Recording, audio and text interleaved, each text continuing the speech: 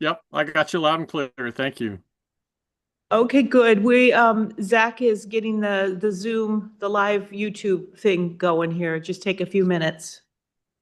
Okay, perfect. I'll stand by.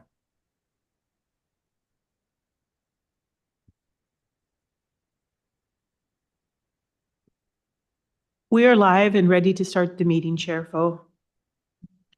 Thank you, ma'am. Okay, it's 1806. Good evening, commissioners, city staff, citizens, and stakeholders of DuPont.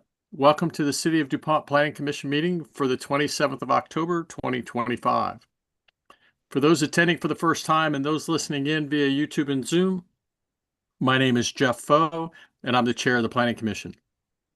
The Planning Commission is a body of volunteer citizens who serve as advisors to the mayor and the city council. Our delegated authority is to maintain the city's comprehensive plan and land use code consistent with the Washington Growth Management Act. Meetings of the Planning Commission are open public meetings and they're being recorded. There is an opportunity for members of the community to address the Planning Commission. Instructions on how to make a public comment are on the city's website. Mr. Ledet, would you please conduct the roll call?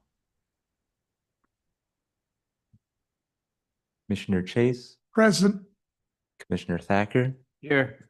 Commissioner Burleson, Here. Vice Chair Scow, Present. Chair Foe, Present. Commissioner Lynch, Here. Commissioner Colvin, Present. Commissioner Henry, Present.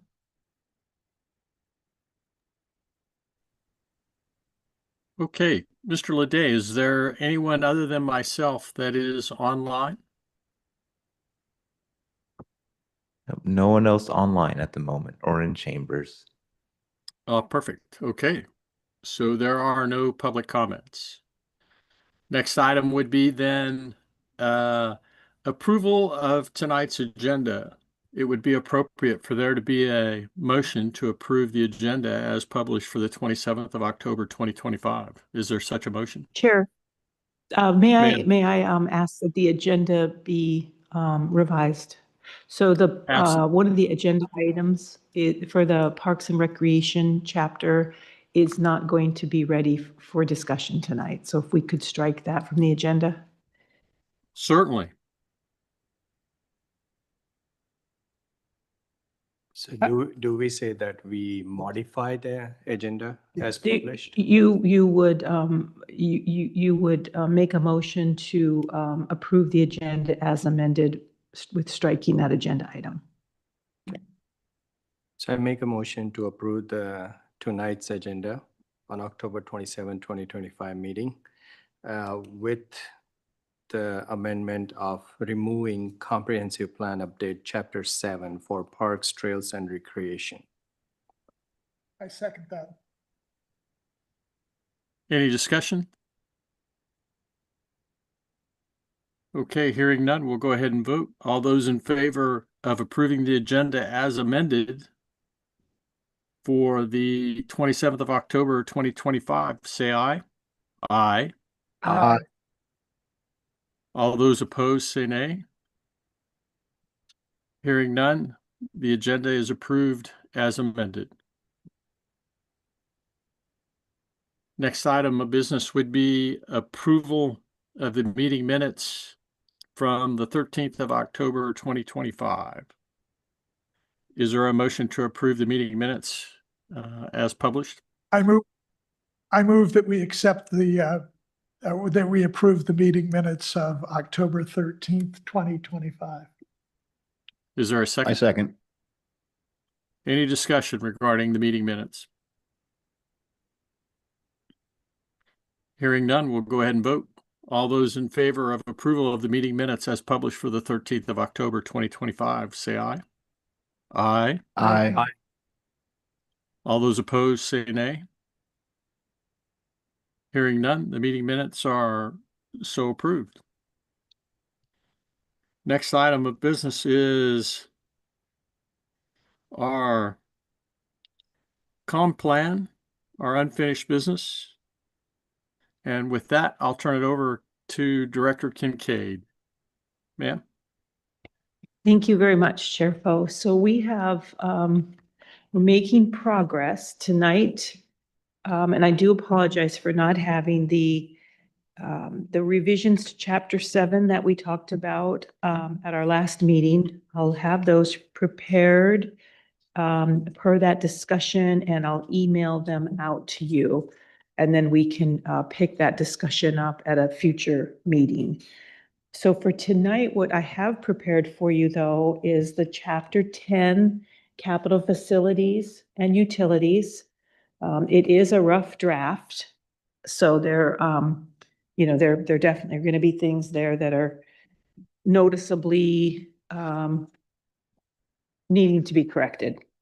But what I thought we could do tonight is really talk a little bit about capital facilities and utilities, because we intuitively spend more time on land use and transportation. And a lot of times, the importance of how capital facilities and utilities fits into this comprehensive plan is not often discussed. So for tonight, you have in front of you the draft chapter, and it's 28 pages, so we're not going to go through line by line. But what I would like to do is sort of give a high-level discussion about what this chapter is, and ask a question, hear questions about it in case this is maybe your first time getting familiar with a document like this, and then we'll spend a little more time, as we have been, discussing the goals and policies. The beginning of the chapter is really talking about the facilities, and it's not necessarily something that you all would be charged with trying to try to source. The source of the information that you see in these first, leading up to the goals and policies, is really taken from other what we call functional plans, the water plan, the stormwater management plan. And so it's really compiling information from these other facility plans and putting it into this document just as a brief summary. And then setting that stage for what's required for in this comprehensive plan for the Growth Management Act is that you have considered this, you've looked at that, the budget, the projects, and that it's all aligning with the land use and transportation and housing elements. So it's all kind of meshing together in terms of what do you have, your service, how do you provide service in the future, and what that looks like in terms of your goals and policies. So to begin, you have an introduction, and it just, again, it recaps that the Growth Management Act requires this capital facilities element to be part of our comprehensive plans.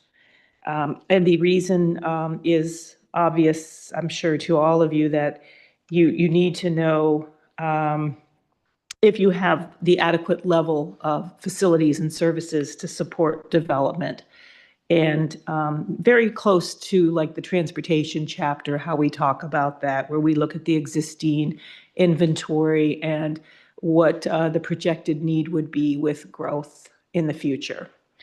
So the other thing that growth management requires in this chapter is that not only do we have an inventory and assess the facilities, that we also establish what would be dropping a service level below something that would be considered adequate. And adequate is something that is determined by the level of service standards, by the different types of services that we are providing.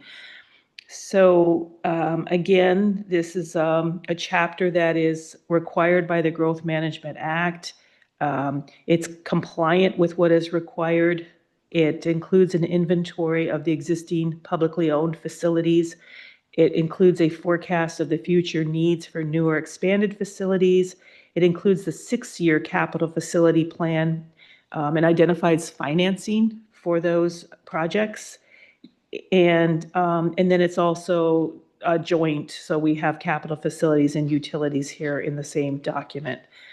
So I'm going to go through some topics that you may or may not have heard or are familiar with, but the first one, and it's listed there on the first page, is concurrency.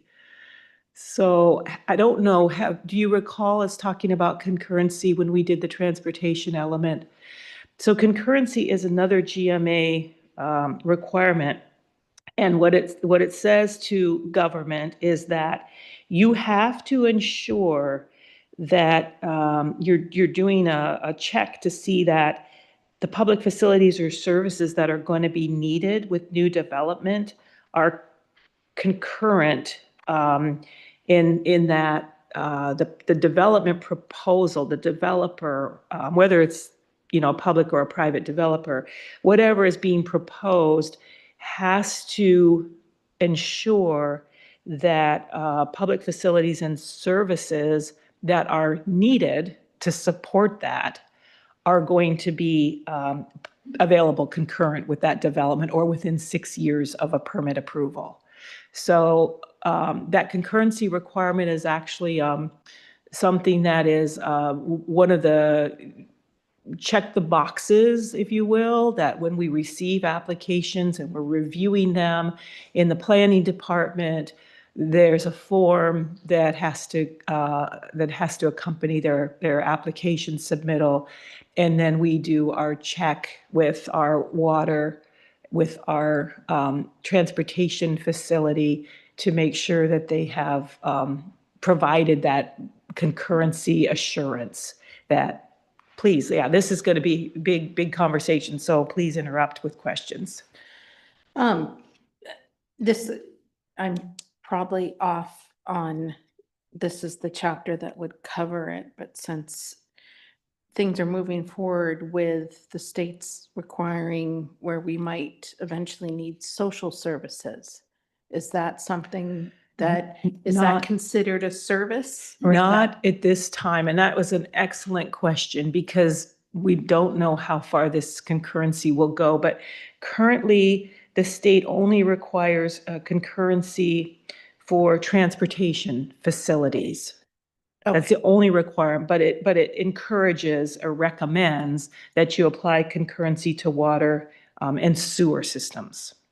And so what we do in this document, and this is not a new policy direction, it's carrying over from the 2015 plan, is that we are requiring this concurrency check to be on all of our facilities that are owned and operated by the city. So we don't have to, but we're saying that you've got to prove you're concurrent with level of service standards, and the level of service standards are like they sound, where police, fire, water, transportation, those are, and even the administrative functions of the city itself, that we have done an analysis in terms of if State Farm, or if and when the old Fort Lake, if we were to, reach that population growth, as that growth is happening,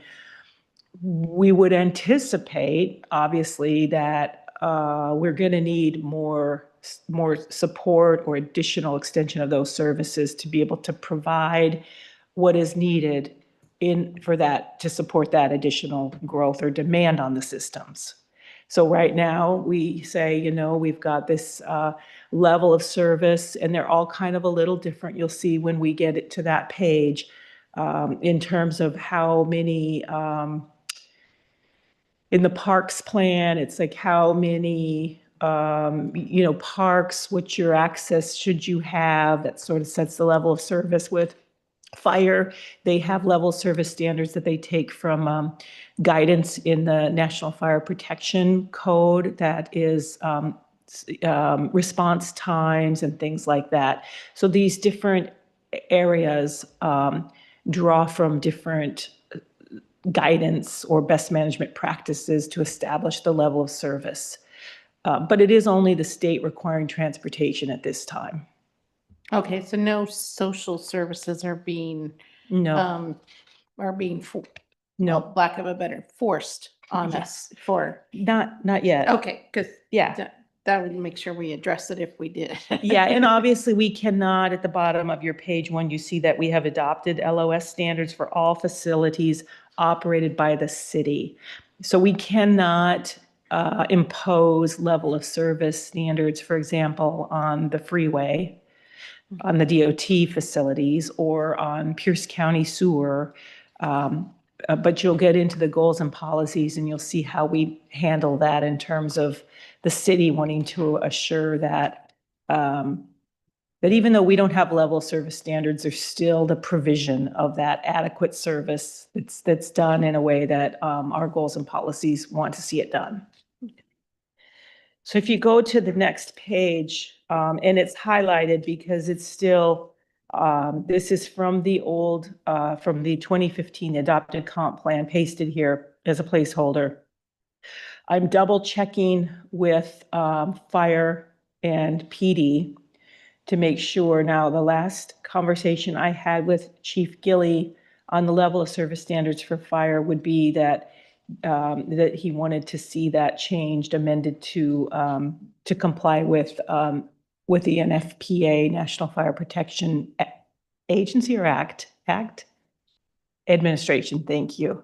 1710, and then that has everything in it that talks about, so if there was ever a question about, well, what is our level of service that we're looking at in terms of how we assess a new development proposal and whether or not it's adequate, what this developer is proposing is adequate, they would go there. And law enforcement, I believe that Chief Morse said that this looked okay. I just want to double check.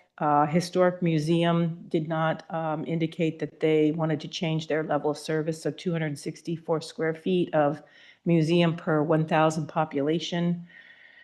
And you'll notice that some of these may even already be, like, I don't know with the museum, how big is I think we're already below the level of service. Yeah. Transportation, you see that we have a LOSD for city streets. Stormwater, we use the stormwater management manual that needs to be updated to the new manual. And then with water, these gallon per day is what the GPD stands for. And that's per connection, whether it's a single family, multifamily. So these are the things, these are like the metrics, if you will, that are used to measure that adequacy. And if it appears that the demand on any of these services causes these level of service standards to fall, let's say they're already meeting it and they fall below, then we look at requiring them to do whatever is needed to make sure that it stays at the level of service. In some cases, though, we may not be meeting the level of service, like I was questioning I know parks, we don't meet a lot of the service standards. Those are taken from a state agency, the Recreation Conservancy, RCO. Anybody know the RCO? Anyway, so there are so there what the level of service standards are in some of these areas are your the best aspiration for what you would want to see. So it's possible that in some of these areas, we don't meet them. And so therefore, when you're doing that level of service and concurrency assessment, you cannot penalize a new developer for your own deficiencies. So we have to always keep that in mind too. But that's how we consider. But Mhm. whatever the word is, concurrency would be that if a developer came in, they'd have to bring it up to that level when you look overall. If the concurrency with the transportation concurrency, yes. With that concurrency, they would need to make sure that they, so the concurrency part is, do we know if The proposed development is showing us that they have planned for and they have funding to construct what is needed to meet the level, to meet concurrency. Yeah. An easy one Yeah. would be a road. Yeah, If the road is going to be, because I think we did this in transportation, if the Mhm. road's going down to an E, yes, they don't need to bring it to an A, they only need to bring up overall to a D. exactly. Yeah.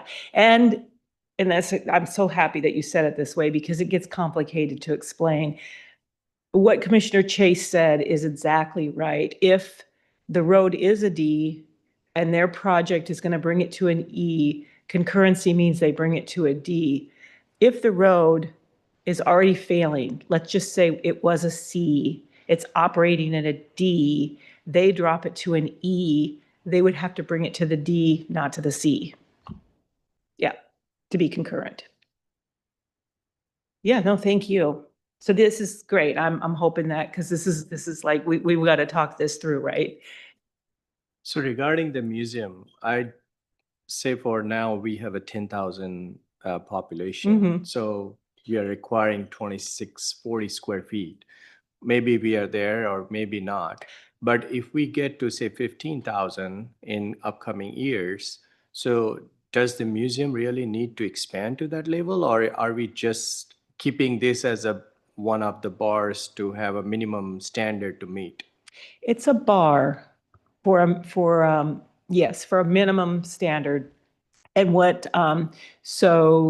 and we asked the same thing about parks, right? And recreation, for example, like the way that the level of service charts are for parks and recreation. It's like so many basketball courts per, this many people.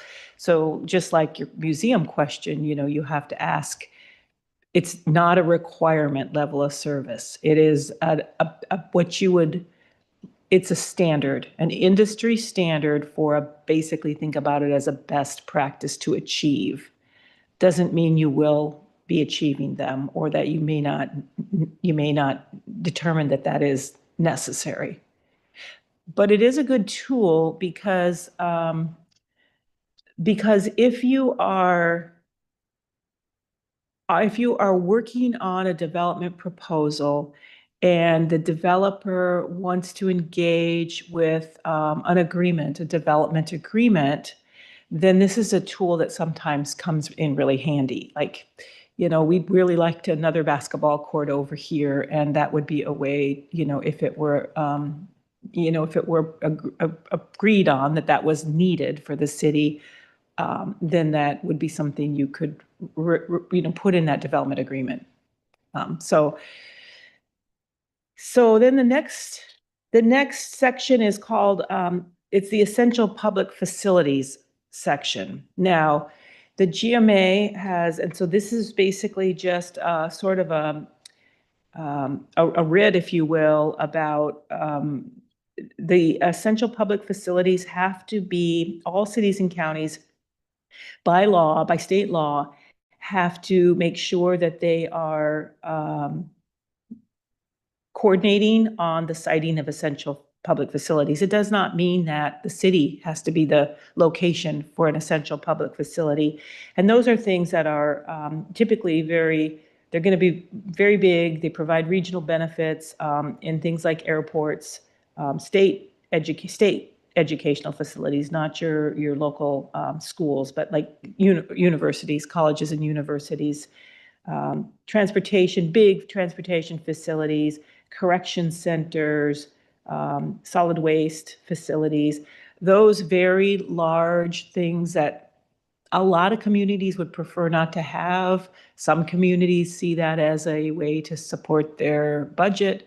But at any rate, it's a regional facility that a local government can't say they won't consider it. You have to be willing to coordinate at the regional level with the county and the other cities to figure out where that would be. So really, this is just nodding to the fact that we recognize that the state law requires this, and that we, our process, we have a process, so they say you got to have a process, is that we follow what is in the Washington Administrative Code, because that WAC 365, 196, 550 lays out the process, and that process is mimicked in the countywide planning policies.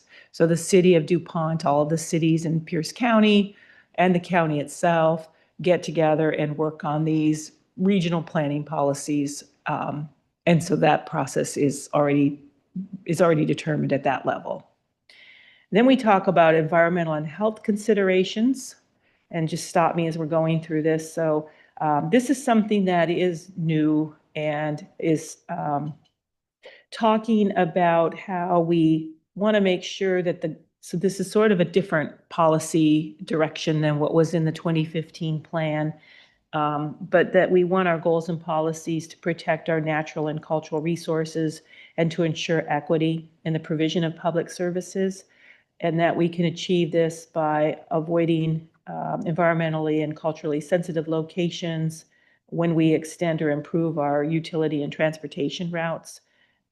We look at alternative siting. If it's not feasible, then we would, it's not a requirement, but we would be looking for special construction techniques or suggesting them that would minimize the impacts.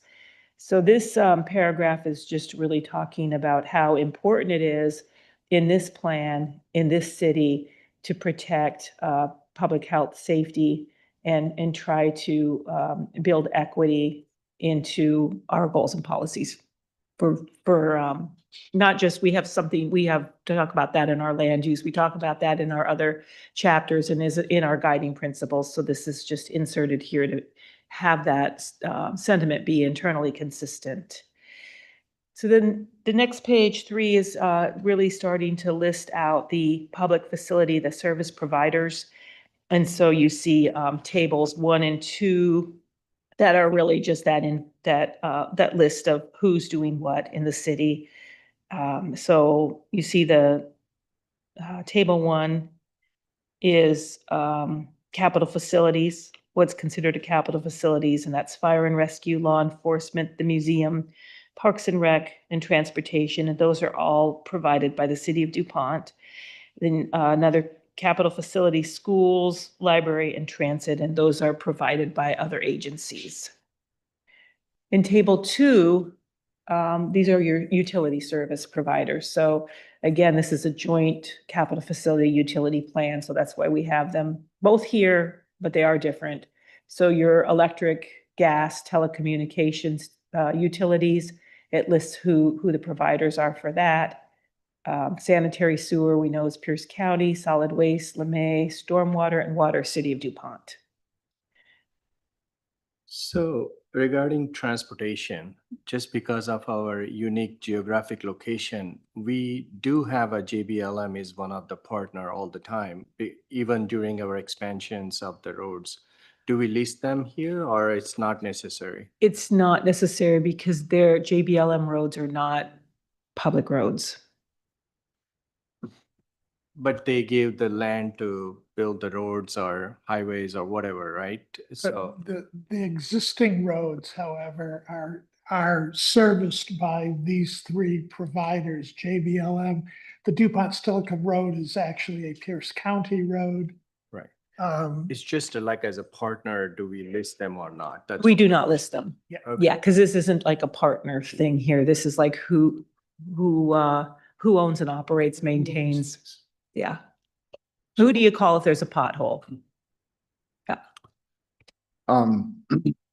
Regarding providers, fire and rescue and law enforcement, those are shared between DuPont, Stillicum, University Place and so forth. Would that be listed in here as well, or? No, again, that's similar to what Commissioner Thecor was saying, kind of that partnership. So there is in fire rescue law enforcement, there's what do they call it? It's like a compact It's mutual aid. mutual aid. So that's more of a partnership arrangement than it is, so we wouldn't put them here. Because we are the owners of our fire department and PD. So just for clarification, and if we didn't own that ourselves, then it would be listed as whoever the owners, but because we Yep. do own, Yeah. we are, okay. Yeah, and so like, for example, if we didn't have our own fire department and we had a fire district, then we would list that fire district. Yeah. So then we move on to talking about, oh, yeah. Mm-hmm.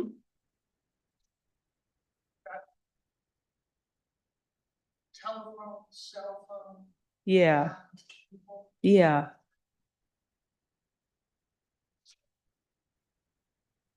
Well, we maybe didn't get them all, but that's why we kind of put an et cetera. No, I Yeah. understand that. I was just, in my Yeah, head, I was. Yeah, that's phone, cell. Yep. We good to move on? So then we go into what is required for financing, a discussion of financing and funding sources. And this, you may find interesting. I think it's pretty interesting, but so the capital improvement program, so we have the CIP, capital improvement program, that's the 6-year plan that's required, and it's required to identify funding sources and the estimated costs. And then you have the capital facilities plan that is a longer range, so a 20-year look at more of a long range planning document like this comprehensive plan is. And we look at we talk about the discussion here is that we've got different sources, and it just sort of describes these sources and how they, really need to be used, and how important it is to have a fiscal balance between our capital expenditures and the revenues that we use to pay for them. And talks about how we have developers pay for the portion of capital improvements that are related to their demand on the system, which you'll see that peppered throughout here, because that's a main point here. And that, how we're going to fund these in different ways, planning, the purchase of equipment and using renewable resources and that sorts of things. So this is just sort of a discussion about financing options and best practices for that. So, the 6-year CIP, it's the capital projects that we have to do in 6 years to implement the plan. And there's a schedule, and it's reviewed annually and updated as needed. So then we have discussion that starts on almost the middle of the page 5 of the document, and just goes through and describes the funding sources, the real estate excise tax, capital facilities charges, developers funding, sales tax on construction, the B&O tax, revenues for utility user fees, what we call an ER&R fund, developer mitigation, grants, and impact fees. So there's several pages, Zach, of just sort of describing these available funding sources, and just sort of helping the reader understand a little more about those and where they may be used for different capital projects. So then we move on to the bottom of page 6 is where we start the discussion about the actual facilities. So you see an inventory of the existing city-owned, and we start out with the city administrative offices and facilities. We have just a little brief description about Civic Center. Excuse me, page 8. Sorry. See, I had my glasses in the wrong spot, didn't I? Yeah, page 8, pardon me. You're like, what are you talking about? Oh, yes, and so after we just kind of, like I said, a high level overview of the Civic Center. What is it? What do we have in the Civic Center? The buildings. What are the buildings used for? And then we move into, and this is a format that you'll see throughout this whole document, is then we go into what are the future needs. So we start out with what do we have now? What's our inventory? What are we doing with it? And then what will we need in the future? So with the city administrative offices and the facilities, we know that if we grow and meet our target, that especially if the build out of the old Fort Lake sub area, we're going to need more staff. We haven't actually quantified what staff would be needed. And so we didn't include that in the CFP. However, we do have capital, 6-year capital projects that are listed, and we'll get to those when we get to the bottom of these city offices and facilities. And the next one we list then is the community center. And then we go to page 10, where you see in the community center, that same thing, that we are thinking that we might want to build a new community center, and we might want to revamp our existing community center. But we haven't really decided what we're going to do yet, and we haven't identified funding. So there's really nothing in this plan at this time, in this capital facilities plan. But we do know that these buildings, that the existing community center has some maintenance and operation that is needed. So we included the projects in the 6-year CIP table, and you'll see that. We've got the old public works in our inventory. What is it? What is it used for? We continue to use that site. We store equipment. We store, mulch, gravel. We're going to put it into brine production for the icy roads, which is a new thing that we're going to do. We've been buying our brine from Pierce County, so that's pretty exciting that we're going to make our own brine there. And we're really thinking that that old office building that's rat infested could probably be torn down and used for parking overflow for the existing community center. But again, those are just really preliminary discussions. So we talk about it in this, but we don't have anything planned far enough along to actually put it in a CFP. The museum is discussed. What is it? How big is it? It's owned and operated. It is owned by the city, but it's actually operated by the DuPont Historical Society, which is organized as a nonprofit 501c3. We know that the 501c3 has lots of great plans for that museum, and we do list them. They're not really going into our 6-year CIP because that's the operations side that the historical museum folks are working on. But we own the building, and so we have some maintenance things that we have to do in the building, and you'll see that in the table as well. Regarding community center, Mhm. on the page 10, we are talking about parcel number. Mhm. And that is a suitable site for new community center. So would it be helpful if we put a map? We could definitely put a map. Yeah, we see the map Just at like we have it on the page page 9. I Yeah, think that will be really helpful to visualize it. And also, if possible, if we can say how many acres it is or the square footage or whatever we can say. sure. Yeah, that's kind of like the nice things that we could make this document a little more interesting. Yep, thank Yep. you. Thank you. That parcel is basically the parcel across on the other side of Civic Drive. Right. Then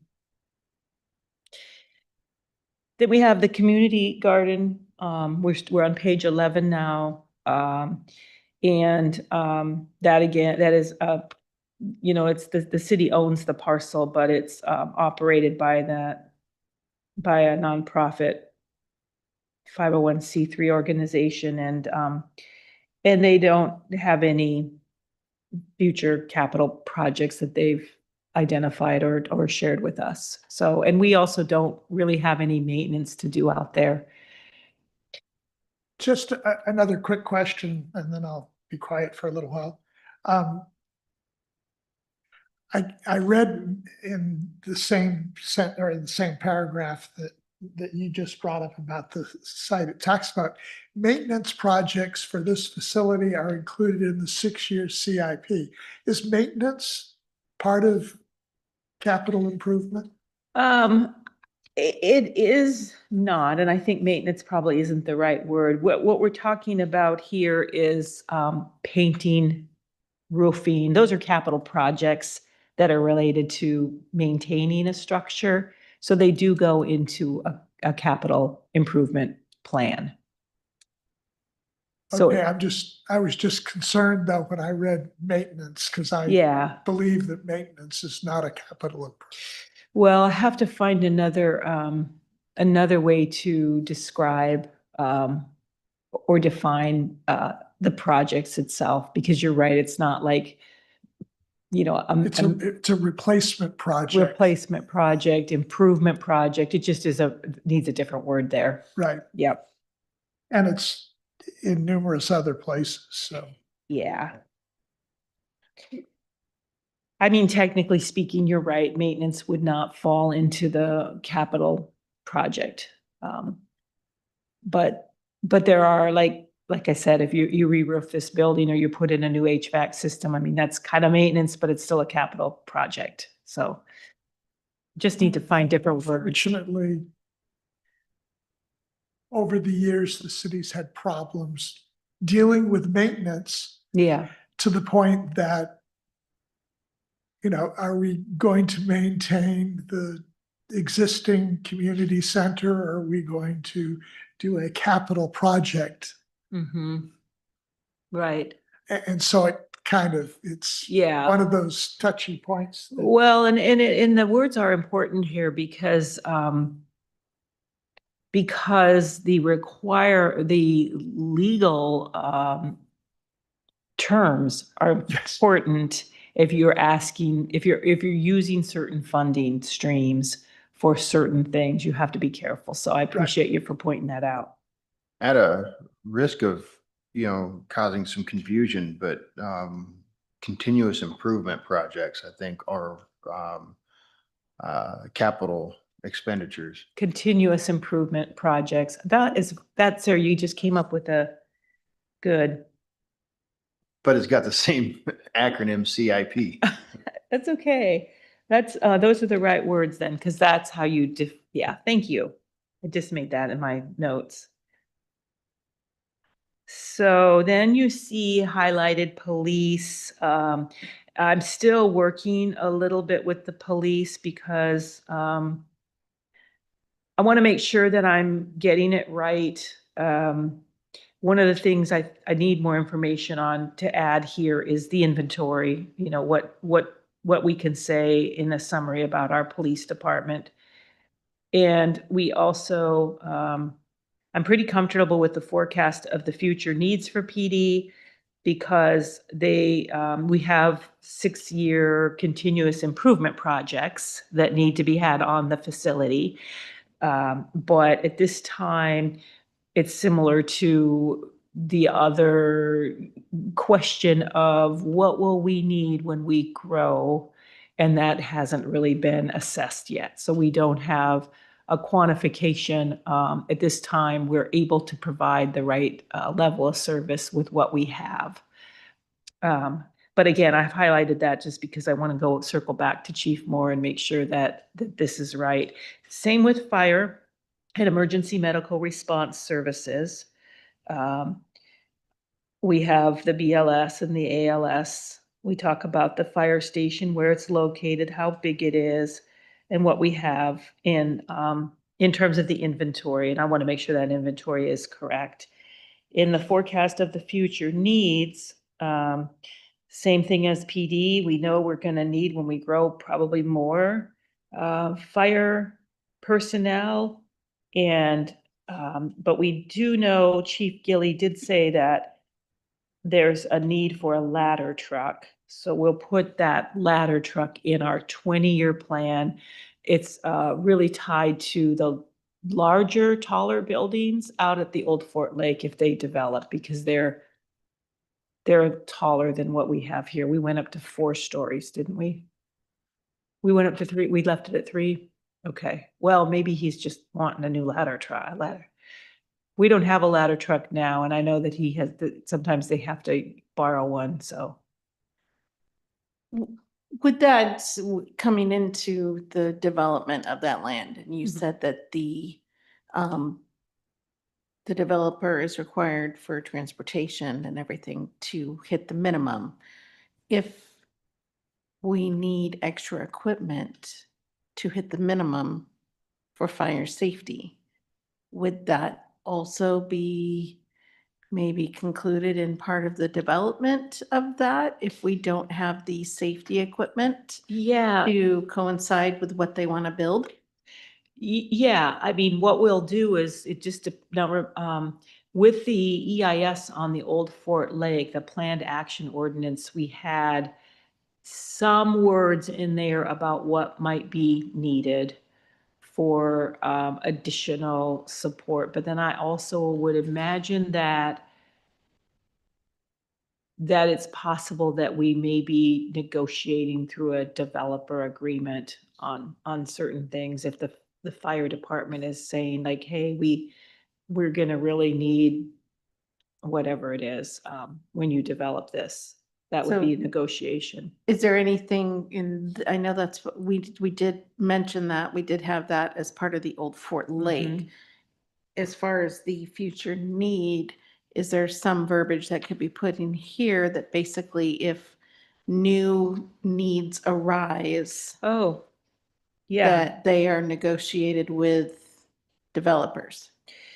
yeah, Basically something along the lines for each development we need to take a look at. yeah. If they're building something that we are equipment wise not We can- qualified, is that something that could be put as verbiage in this to We- negotiate? Yeah, I think we could, very much like I sort of put a placeholder for staffing levels. We could add sentence that also says, and if there's any equipment or something, yeah.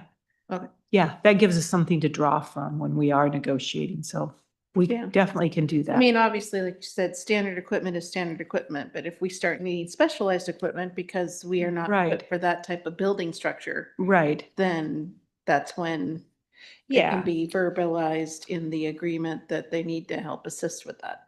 I agree. I think we also need to take a look at if we're, for instance, with the fire engine or a fire, with the ladder. With a truck, ladder truck? Okay, you're looking at X amount of money for the ladder truck. But that's just the ladder truck.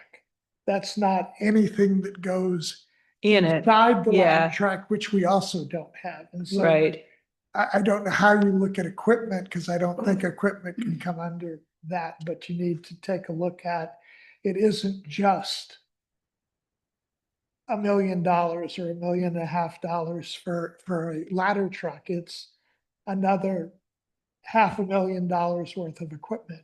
And don't hold me to those numbers because they're changing daily. Throw training in with that as well, because there's going to be some training costs when you get new equipment and especially specialized equipment, because now you have to have certifications, you have to have, licenses. So there's more involved than just equipment expenditure. Right, I was just looking at capital, I was looking at the capital side, which is equipment and in this case, vehicles. Versus, you're also looking at X number of staff to staff that vehicle. right. I mean, it gets crazy fast. You get spendy quick. But I do think that we, So I think can we say just the infrastructure? yeah, Because that would be I don't think we can negotiate the whole enchilada. So, right. but just having the beans will not help also. So I guess we are talking a little bit of more than that is just infrastructure. So infrastructure can be negotiated, I think somewhere. Right. And rest of the services or hiring the staff or paying the staff and everything can go into it, but infrastructure development will be the most important part of it. Mm-hmm. Yeah, I think And- equipment, Yeah. basically, yeah, I mean, we're gonna have to staff it and all that, but the, obviously, yeah, there comes a line, they're not gonna pay for all of it, but at least assistance would benefit us, so. Right.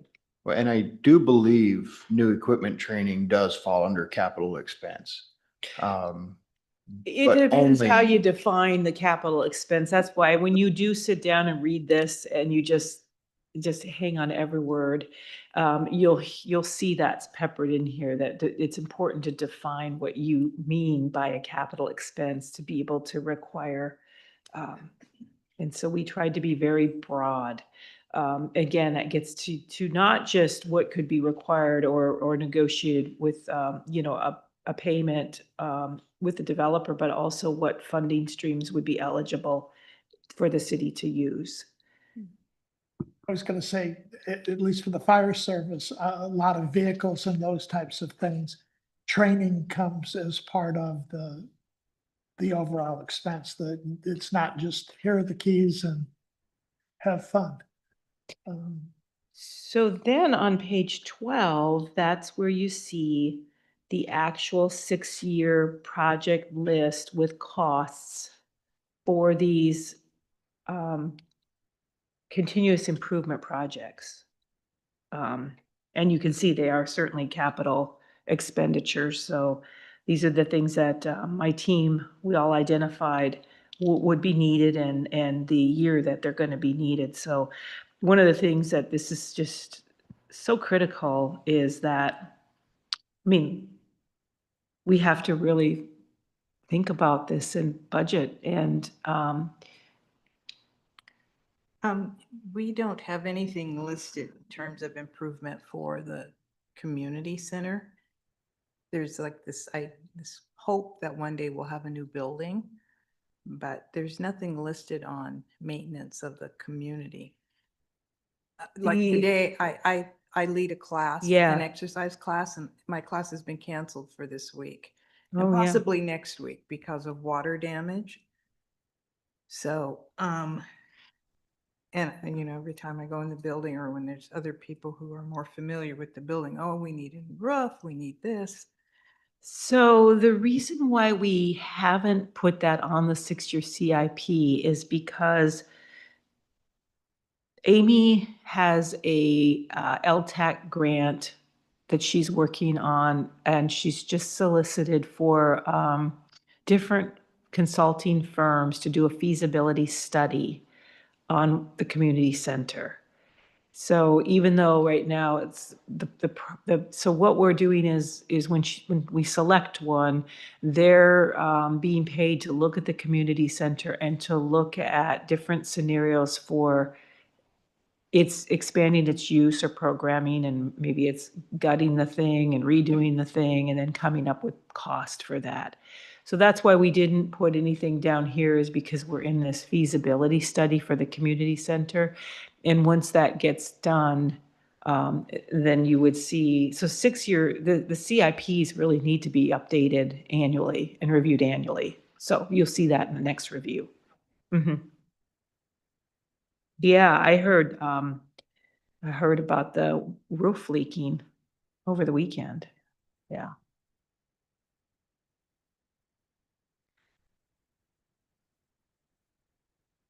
Did you get electrocuted almost? Almost. Oh. Good. Not good. Don't electrocute your staff. So that is the 6-year CIP for city administrative offices and facilities. Then we go into parks in the next section there. And we were the parks existing, all of the things that we need to have. We didn't regurgitate because it's all in the parks plan. So we just pointed to the parks plan and said that it's adopted into this plan by reference, and that plan has already identified the recreational needs. So we didn't, like I said, regurgitate. But the parks plan will be an appendix to this plan. And then we go into the water system. And so the water system is really all water-related assets. Water system itself is specifically defined in our comp plan. Our water system plan is the water source and supply facilities, transmission pipelines, and storage facilities, pumping, as well as our irrigation system. So this next section, and I found it really interesting in the 2015 that we had water, but we had potable water, but we didn't have a discussion about our irrigation system or our stormwater. And in terms of capital, and assets, infrastructure assets, the irrigation system here in DuPont is huge. And so we really, I was glad that we picked that up in this plan so that we can start thinking about the cost of keeping and replacing those PVC pipes and the heads as they fail in these different irrigation zones, as well as the stormwater system itself. So on page 13, we've talked about the potable water, that's really very, very thoroughly done in our functional plan, our water system plan. It meets the requirements of the WAC, the Department of Health, and everything that is GMA related for drinking water. So we adopt that into this plan as an appendix. And then we move on to the stormwater. And so also that water system plan contains the inventory, the future needs. It's all developed in line with the population growth targets that the comprehensive plan has. So it's doing the same thing that this one is doing, and it has to be its own separate plan according to Department of Health and in the different agencies that require that planning to take place. So we just incorporate it and adopt it. Then you go on to the stormwater. We are required to do stormwater, and so you see a little bit of the city-owned stormwater facilities. We discuss the conveyance pipes, the swales, the ditches, catch basins, dry wells. There's a lot to the stormwater system also. And so we have identified improvements that are needed to the system. For our stormwater management, our NPDES permit that we're required to do certain things, we have to have a stormwater management action plan. And that's where you see the assessment, evaluation of the current inventories and what is needed for the future. So similar to the water, we adopt that and we look at those improvements that need to be made to the system. They come from that action plan. So on page 14, where you see the forecast of future needs, we talk about how our priority is for improvements is the Edmund Marsh Basin, bioretention projects on Williamson International and Manchester Place. Those are, without getting into it, those are some of the parts of our system that are a high priority because they are not treating the stormwater. They're just going right into, yeah. Just as a question, I like this, the forecast for future needs for stormwater. There's none for potable water. So I assume that the next 20 years, we're not doing anything. No, we do have we're going to get to the chart. There's a lot. Okay, so We just haven't gotten to page 15 yet. Yeah. okay, And so maybe that I chart, just- maybe that well, table needs to be, otherwise I'm looking at. yeah, the you- table should probably be moved. Yeah. Yeah. For flow purposes. That's why I said there's no, Yeah. Yeah, and the table needs some work too, but and then the irrigation system, we talk about that on page 14. So yeah, I agree. The 6-year CIP for water should be moved up under potable water. And we'll do that. Yeah. For flow I'll purposes. put- Yeah. duly noted. So yes, so the irrigation system on page 14 describes, all of the, gosh, the 30 controllers, 100 miles of irrigation main, 900 zone valves. Like I said, it is a big deal. And, at some point in time, you've got wiring, you've got piping, and it's, 30 years old. A lot of it is already 30 years old because it was all put in at the same time with Northwest Landing. So if we want to keep irrigating and keeping everything green here in DuPont, we're going to need to think about budgeting to replace those systems. And I did not have a cost yet on that one. Does it go without saying if you're looking at the irrigation system, because as you pointed out, it's 30 years old, as part of the improvement is to upgrade, not just replace, but maybe there's better technology or newer, more efficient technology? Is that, You know, I mean, is that implied or does that need to be stated? we that- have it in our goals and policies, but it might not be a bad idea to just put something in here about that, Yeah.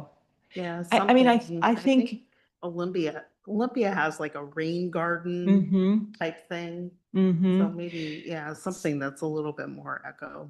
I friendly. think Sorry to cut you off there. the low income development, I think there's I could add more here too, because we're required to use more low impact development, those rain gardens and things like that, for irrigation to reduce your water consumption, basically. Yeah.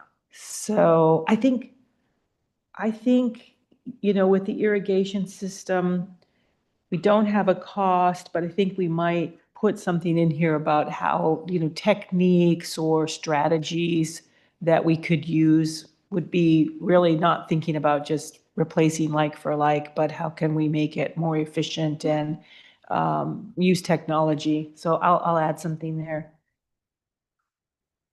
For sure. I mean, I know in some of our systems, we've added detection as to whether you really need to irrigate or not. Yeah.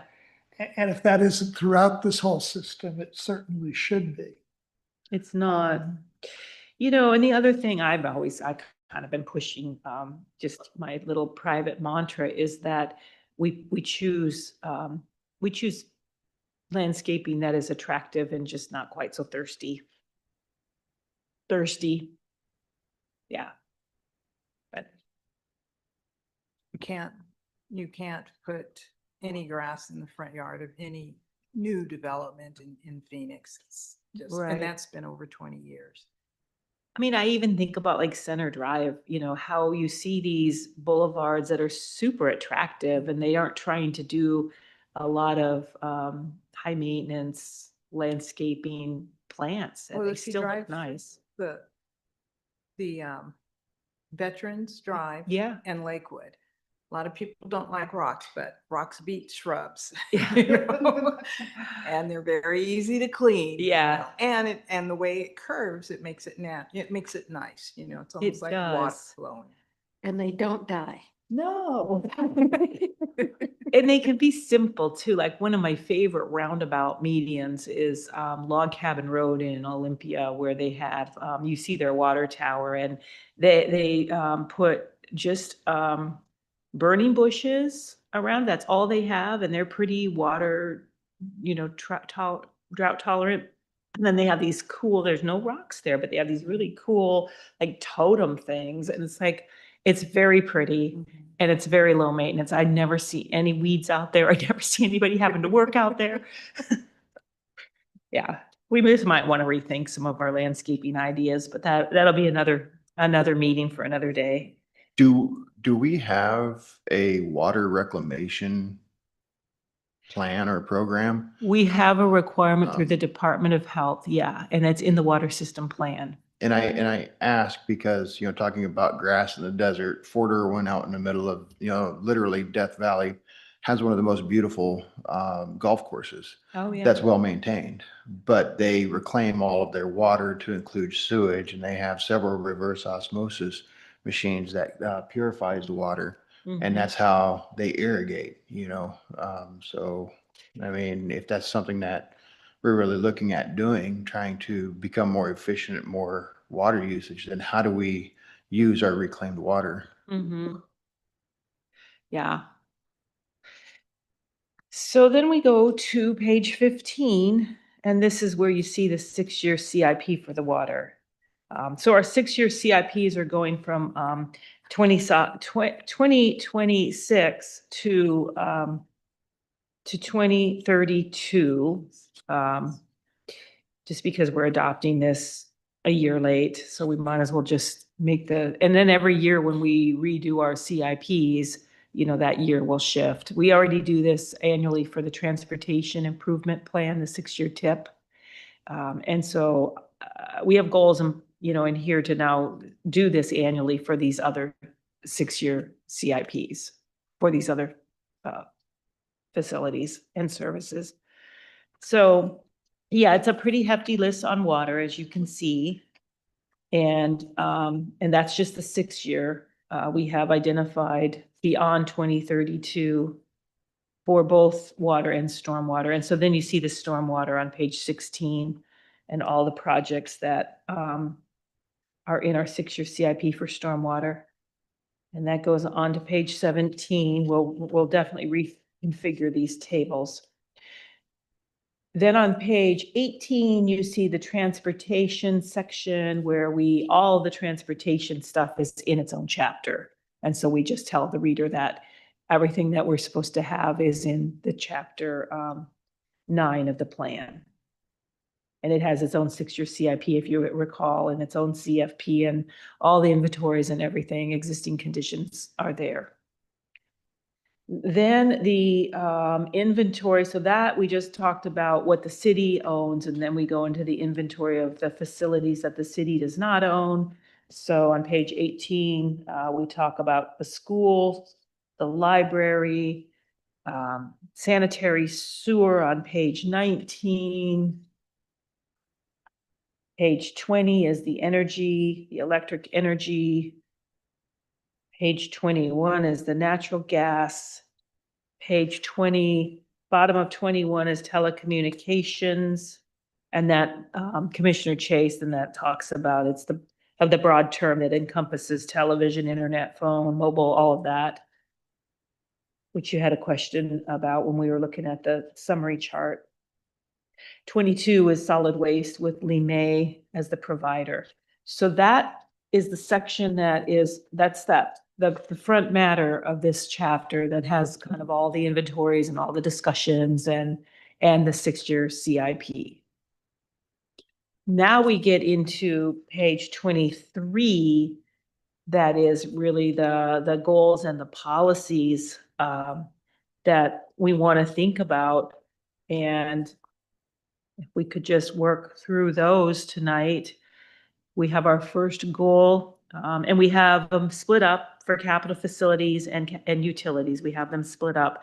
But our first goal for the capital facilities is to ensure that public facilities and services necessary to support new development are adequate and available so that adopted levels of service are not negatively impacted. This goal and its policies are largely about concurrency.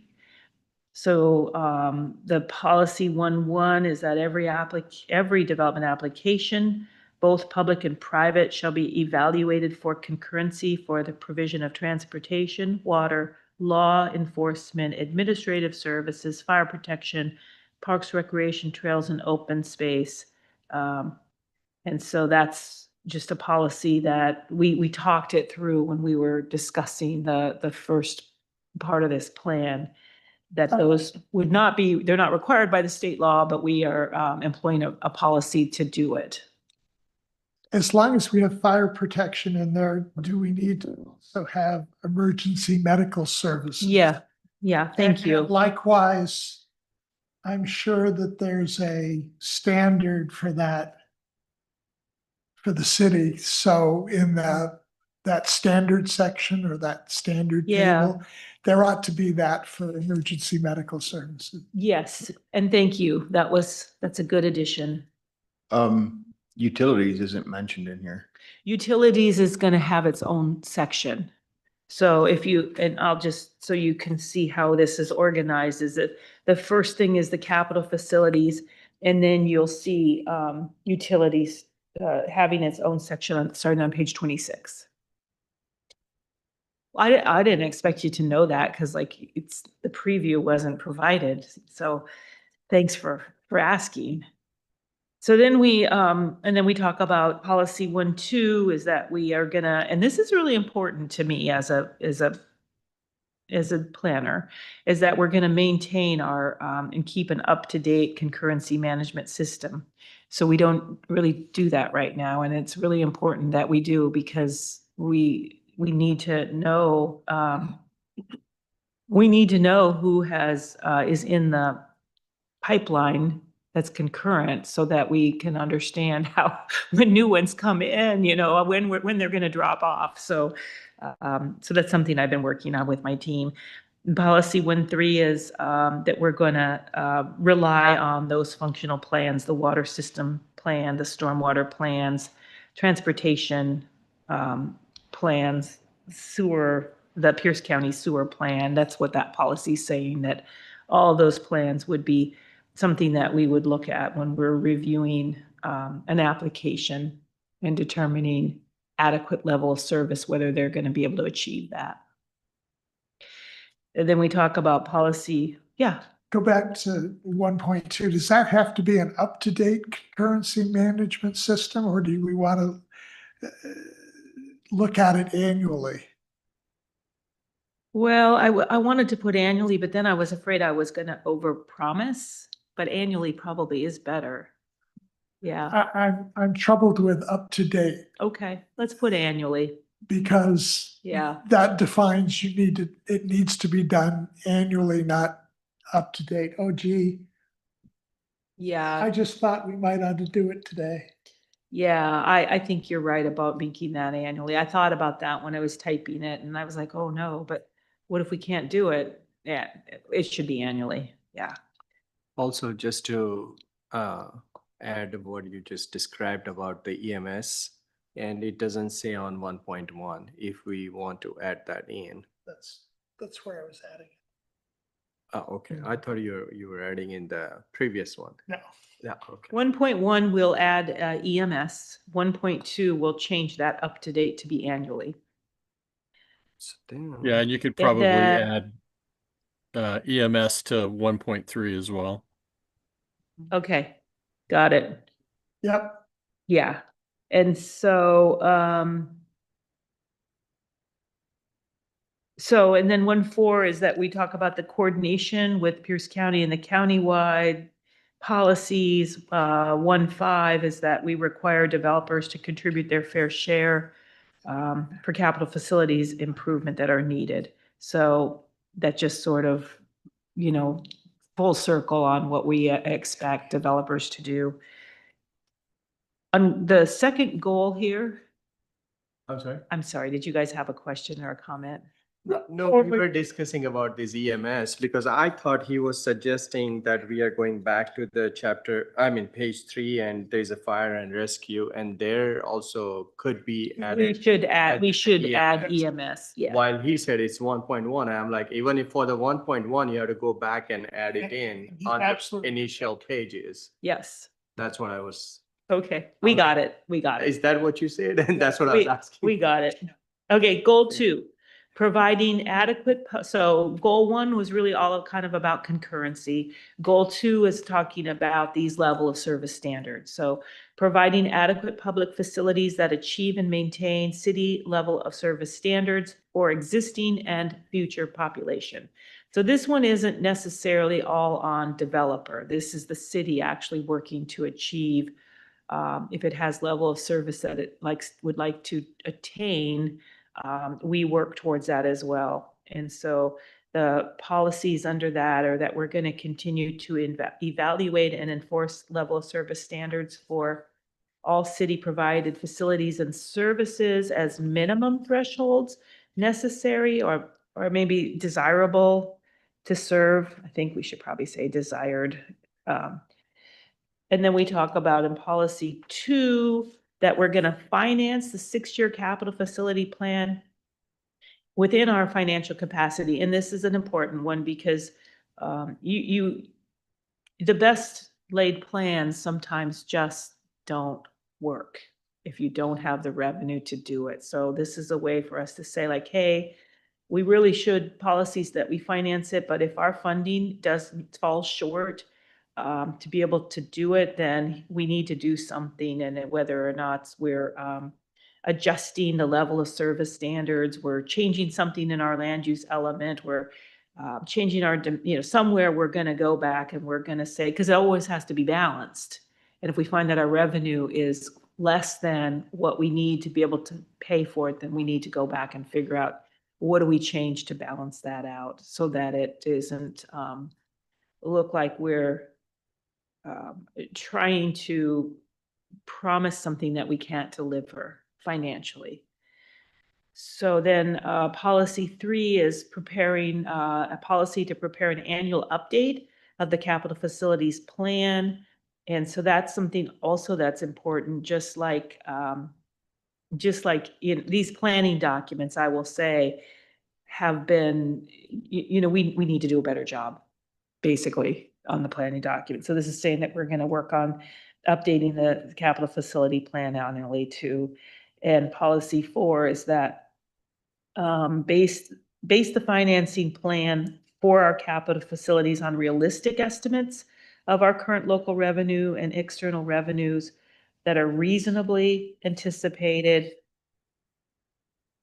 to be received by the city. And then policy 5 is to ensure that the ongoing operating and maintenance costs of capital facilities are financially feasible prior to constructing the facility. And that's a really important one because we have a tendency to get excited and want to build something new without really thinking about how are we going to afford from cradle to grave to take care of this thing, right?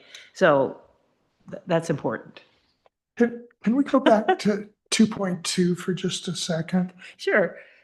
I understand the 6-year capital facilities plan, or I think I do.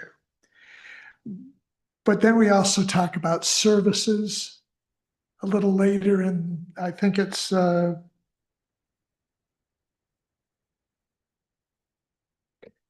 right above it, we talk about, services in 2.1. Somewhere we need to also start looking at a 6-year plan for services in addition to capital programs or capital facilities. Oh, okay. It's kind of like at one point. Yeah.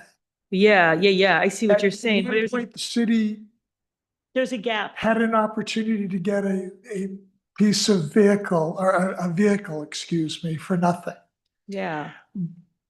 But we couldn't get the vehicle because we didn't have a space to put it in. Yeah. And yet it becomes then a circular logic. You can't have something because you don't have this, but you have this, but you don't have that. I don't want to see that happen. I would hate to see us build facilities to sit there empty or not being used. But we had the money to get it. And then I think if you had said you didn't like the word minimum, but if we have something in there, you can keep that word minimum instead of changing it to desired. Okay. Okay. I see what you're saying on 2.1, both of you. Good comments. Yeah. So. Yeah, adding facilities and services. But the 6-year plan, okay, I got to think about this one, but I understand what you're saying is there's a gap that.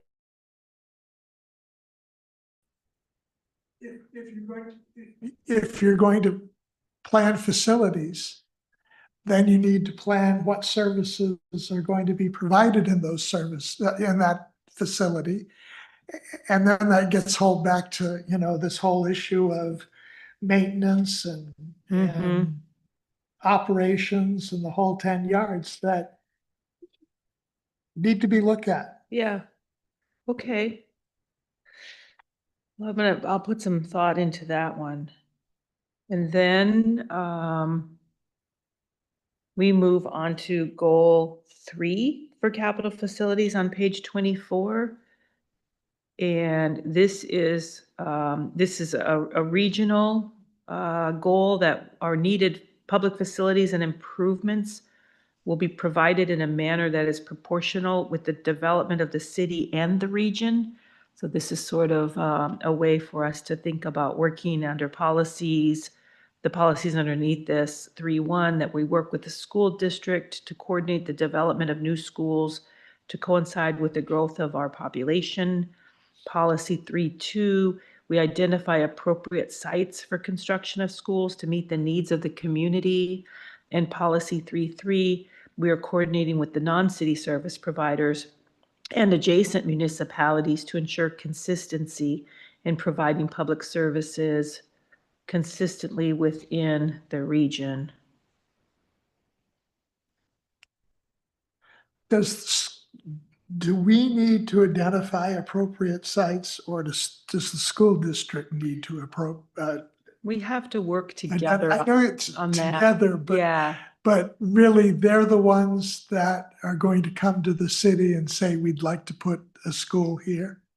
but we could be the ones to say that's not where we zoned it and that's not where we planned for a school to go. Right, but I would hate for us to say, I would hate for it to be read that we choose a site for the school. Oh, are you That's saying we totally need? inappropriate for the school. Oh, you're saying maybe it should say work with the school district to identify? Oh, gotcha. And I'm okay. just, concerned about Yeah, who's leading the horse. yeah. I agree. Should 3.1 say something, or maybe once again, this is covered in the old Fort Lake, work with the school district and future developers Yeah, to let's add, coordinate the development of new schools? let's add that in future developers. Yeah, let's add that. It's either work with or collaborate. Yeah. Yeah. Do you want the word collaborate instead of work with? It doesn't, I think, either way. But yeah, adding the developers into that mix of collaborative effort. So then facility, so 4, capital facility goal 4. This one is talking, it's sort of that little bit of flexibility that we're trying to build in, that to provide a variety of responses to the demands of growth on capital facilities. And this is where we get into an earlier, where we talked about the technology. And so policy 4.1 is to make the most efficient use of our existing public facilities, to include techniques such as conservation, demand management, improved scheduling, encourage development of that uses that, I don't know what that was supposed to say. Development that uses, that it's very awkward. I think that uses existing facilities and or other methods of improved efficiency. That's where we were really thinking the technology advances could fit.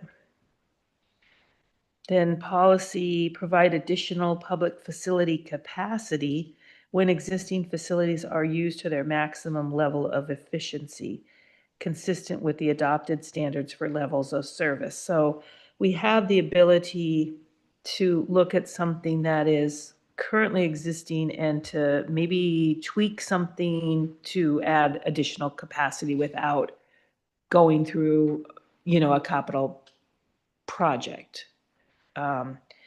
Then providing conservation and demand management programs that reduce the demand on public facilities. Policy to encourage development where adequate public facilities and services exist or can be provided in an efficient manner. And policy 4, to match the revenue sources to capital projects on the basis of sound fiscal policies. Goal 5 is where, I don't understand 4.3. What is that? what are you really saying? Because Ye- if there's how do you provide, I actually think that one could be struck because we've already said it in 4.1. yeah. Yeah. Okay. Okay. Goal 5, ensure the efficient and equitable siting. So that's our equity piece of essential regional capital facilities. So this is these essential public facilities through cooperative and coordinated planning with other jurisdictions or service providers within the region and through streamlining of the City of DuPont's zoning permit process. That's wordy. I think we could probably clean those words up a little bit. A lot, yeah. And so then we have policy 5.1 underneath that, develop criteria for the evaluation of siting proposals for countywide or statewide capital facilities. These are kind of from the state, but I'm sorry, I'm a bit slow tonight, but in CF4, Mhm. do we talk about, or I think we may hint about it, but I guess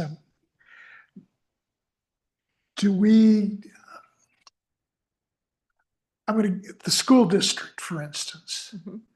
is there something in here talking about maybe co-using facilities? I don't think there really is, but I think we need to yeah. discuss about the co-use of public facilities. I like that a lot. And I think that is a wonderful thing because that is a way that we can make the most efficient use of existing. It should be added in there. I would think so, but I just Mhm. didn't get the feel that we It's were. not in here, but I think it really ought to be added because that is one means of when you start to share resources, it That- makes it efficient. As funding gets tight Yeah, or tighter, those types of areas would need to be looked at.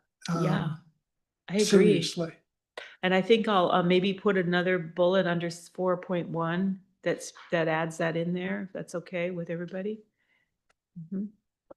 I think we gotta be kind of a little bit careful on that, because one, I don't think we can force a school to co-use a building, but then if we start co-using, then we start getting into who's gonna do the upkeep. Mhm. You know, if a building's being used, and, you got the plumbing getting used, you got the floor, the maintenance. So, if it's being co-used, is it gonna be co-maintained?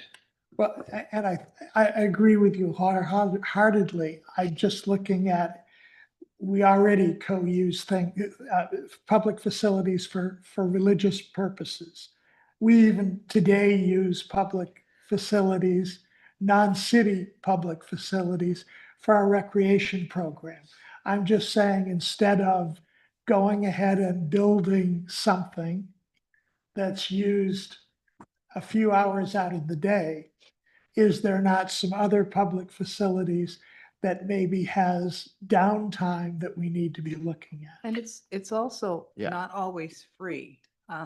Right. I lead that class and I have to give a portion of what I receive as my fee to the Mhm. city for the use of the building. So it's not free. You're paying. So that adds to the maintenance budget, I would assume. Yeah, probably. And I think really it all comes down to how the agreement is structured. So what I would suggest we do is say something like explore the potential of agreements with other, because it would all be in how that agreement is actually structured, all of those details. Yeah, You know, so Yeah. you know how. I don't just get to use that building. I have to sign an agreement. I have to sign a contract. I have to agree to give so much money to the city. They've calculated what is needed for that time use. Mhm. And so that comes out of my fee. Well, I Yep. think I would ask for a refund after the roof leaked and no, just saying. Yeah, I'm not against co-using. I think that's a great idea, right? But there are some nuances that have to be looked at. Oh, Yeah, oh, yeah, exactly. absolutely. Yeah. And I think that will help determine whether that becomes feasible or not. Yeah. You know, the difference between $20 an hour and $1 million building, there's a lot of $20 an hour before you get to $1 million. Yep. And so goal 5 was the citing of essential facilities, and then the policy on the top of page 25 is the making sure that you're providing early public notice for a public review of any proposed location of an essential public facility being cited anywhere. And those are just sort of following along with what's in the WAC and what's, this process. Then we get into goal 6, where we talk about investing, the city maybe investing in things and where it may make sense for the city to have some investment. So engage in investments that serve as direct catalysts for beneficial development, that strategically invest in capital improvements for economic development that enhances the livability for DuPont residents. And again, that was very wonky and wordy, and I know that we can change the wording, but the bare essence here is that there may be things that it makes sense for the city to actually invest in if there's a benefit in it as a strategy to attract some economic development for our community that benefits our community. And so then you've got 4 policies under that. And the first one is to continue to plan for the development of a civic center to include public amenities such as a community center, library, and museum. You've got a policy 6.2 about remaining grant ready so that you can be competitive. And this all of this language that I pasted that really could be pared down, but this is saying that make sure that your plans are up to date, you have your match that you can leverage in any way to be competitive, to be able to help fund a city-funded project that would be a benefit and would be sort of a catalyst for some good growth. Then policy 6.3 is to develop revenue sources to continue the maintenance of the community's landscapes, streets, and trails. We don't really have a good revenue source for that right now. And we know that beauty is something that attracts people to want to come here and stay here. And then the policy 6.4 is preserving the existing significant natural vegetation and features when we develop these public facilities. So working around the nice landscape features that we already have and not, bulldozing everything and starting over is what that policy is intended for. Should also in 6.3, should we mention maintenance of, I was going to say brick and mortar structures that we have in the city? Yeah. Or are we just but I simply, think, are we simply only talking about landscape trees yeah, and streets? we so- were, because there's other funding sources for the brick and mortar, but Well, there's I'm really looking nothing. at the paint. We know that a roof lasts 20 years. Yeah.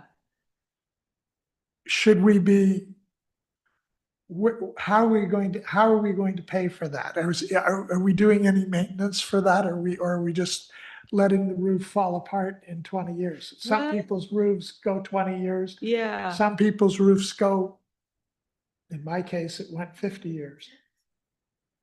It is in the CIP, so we have that, so that would be where your budgeting piece would be, so you'd find money for that. But I guess continued maintenance though for landscape is not a CIP issue. Not really, but we don't fund it, and if we let the landscape. We don't fund maintenance either.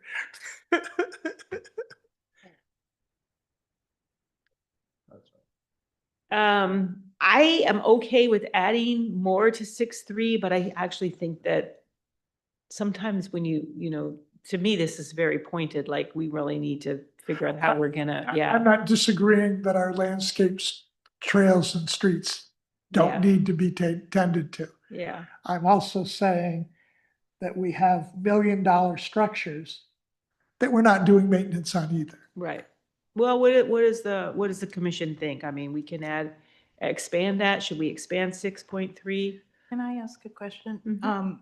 We just say landscaped streets and trails, but what about our sidewalks? I mean, we have a lot of trouble with our sidewalks and I know that's a big. Well, It's kind of. We were, so with the sidewalks,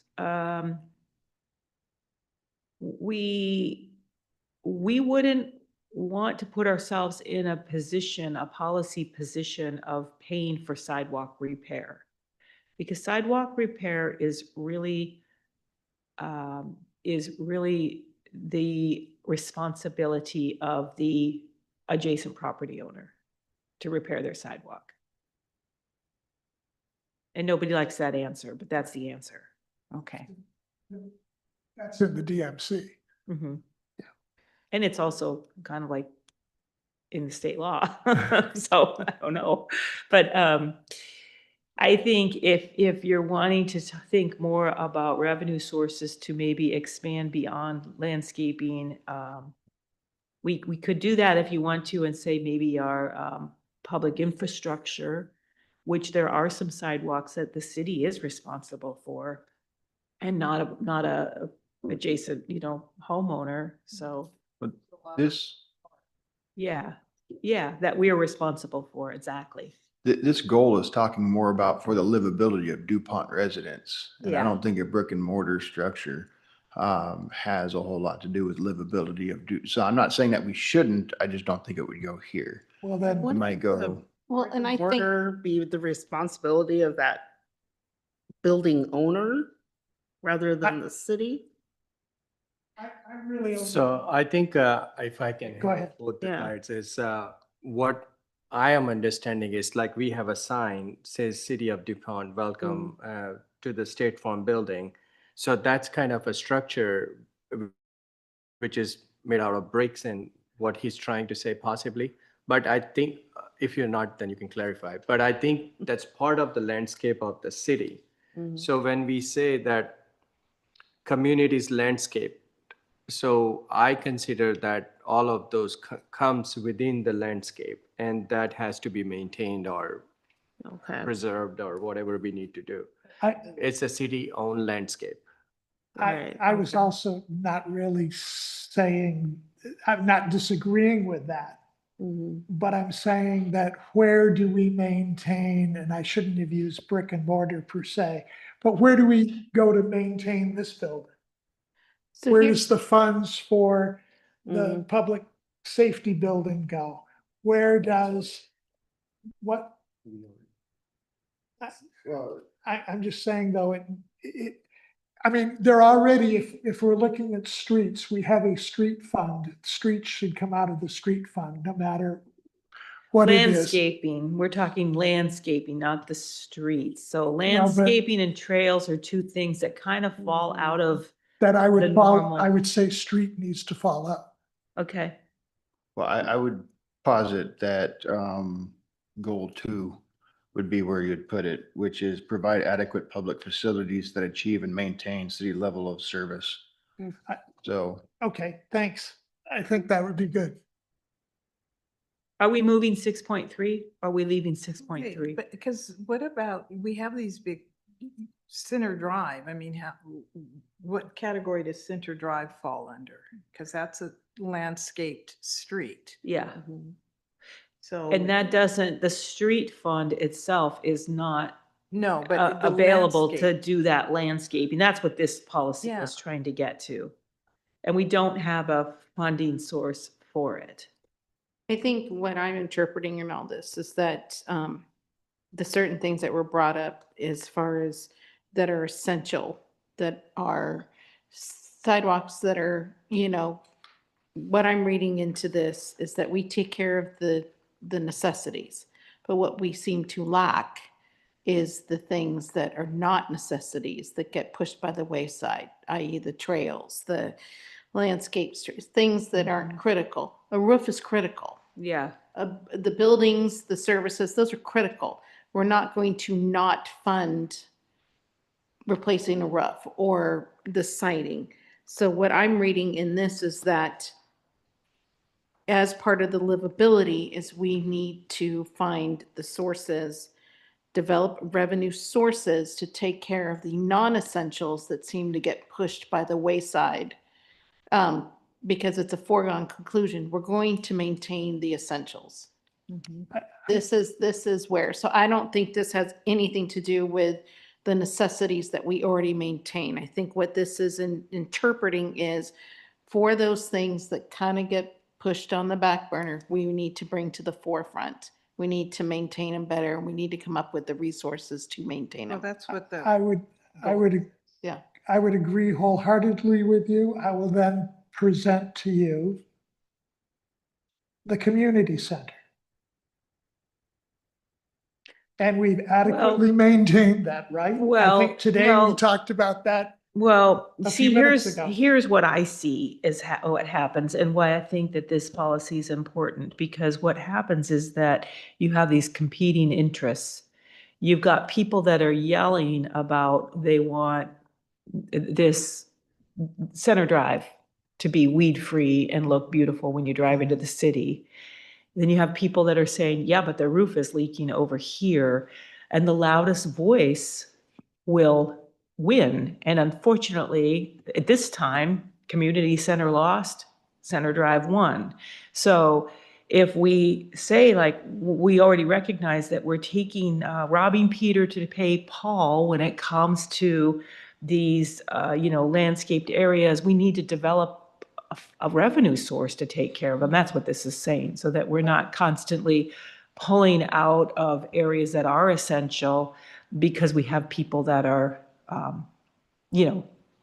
forcing the issue. I will agree wholeheartedly with you. I mean, we have other things, and if you want to bring up sidewalks, there's still part of the McNeil sidewalk in a couple places for the last 5 years, 10 years, still hasn't been repaired. So And they're the this, city's responsibility. we're getting into, so this is a great conversation, but what do we want to do with policy 6.3? Well, wait, is the title, is it actually right? Because it says engage in investments. I mean, is that, Yeah, is, you're going to invest in this you're going to create a revenue source that doesn't exist. It's an investment. Yeah, Okay, at least in but my we don't- mind it is. But I just say, think it needs to be. yeah, I was just going to offer, hey, for the sake of time, let's leave it. And if you have a problem with it, because this is our first opportunity to see this, write out what you think got to happen for the next time we visit this chapter. But for now, let's leave it as written and move on.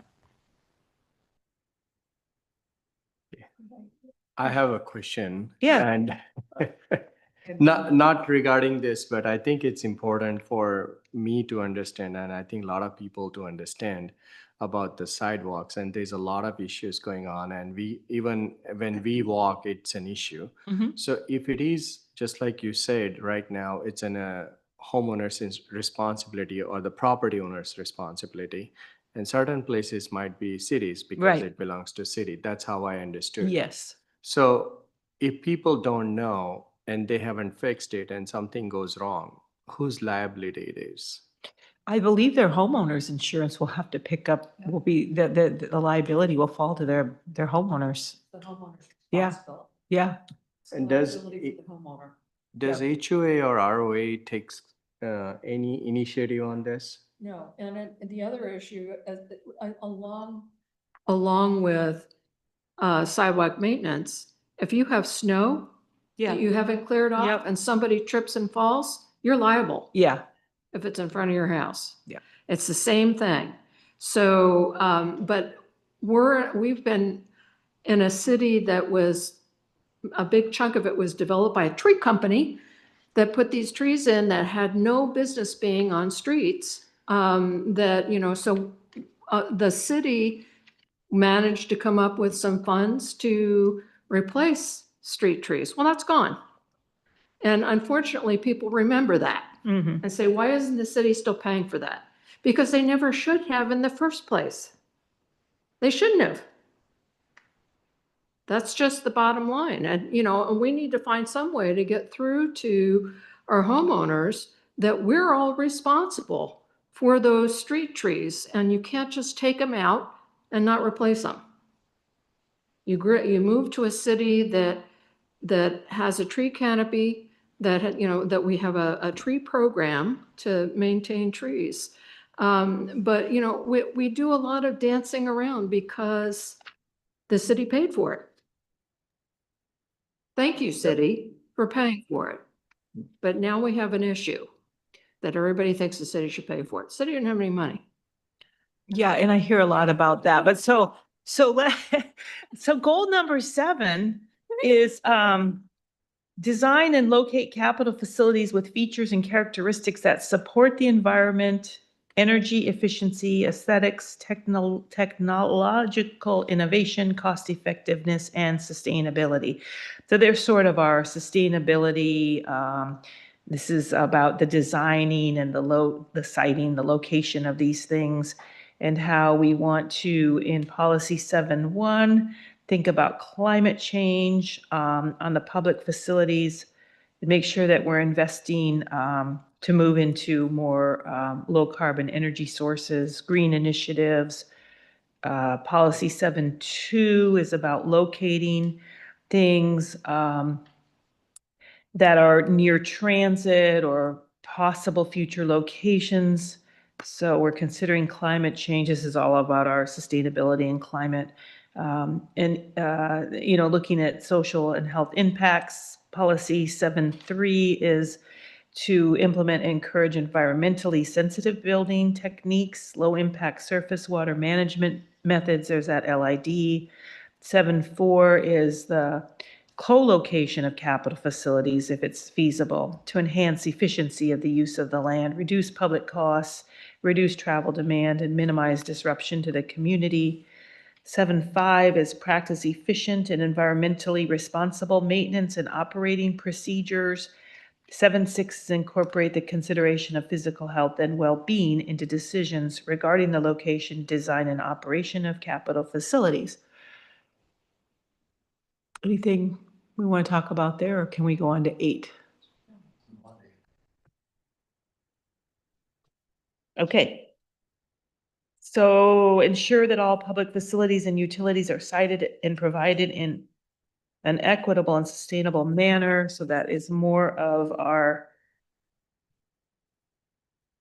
what have I done? Okay, page 25.